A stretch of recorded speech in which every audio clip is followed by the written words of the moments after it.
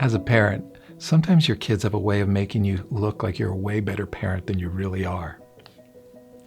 And sometimes they have a way of making you look like a way worse parent than you really are. And I would say that somewhere in the middle of that is truth.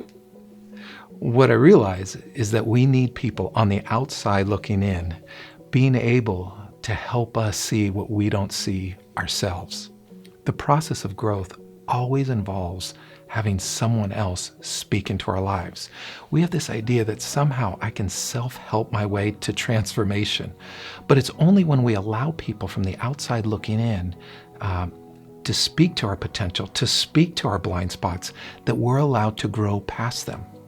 Think about this. It's more dangerous for us to have a blind spot than it is to actually be blind. If we're blind, we know we need help finding the stairs or finding the curb. But if we have a blind spot, we don't even know what we don't know. I believe that spiritually, we need people who are just further along in their journey. We need people willing to speak into our lives who know us well, but we also need to be willing to receive that kind of accountability, to have that kind of humility, knowing that they have our best interest at stake. When we find relationships like that, we get to experience something that we can't experience on our own. I think the genius of the 12-step recovery isn't just simply that someone makes an admission that they have a problem and they're helpless to figure it out. It's when they get to step 12. It's the idea of you become a sponsor. Part of working out your own sobriety, even though you're still tempted, even though you still have your weaknesses, but your sobriety is dependent on bringing someone along in their steps.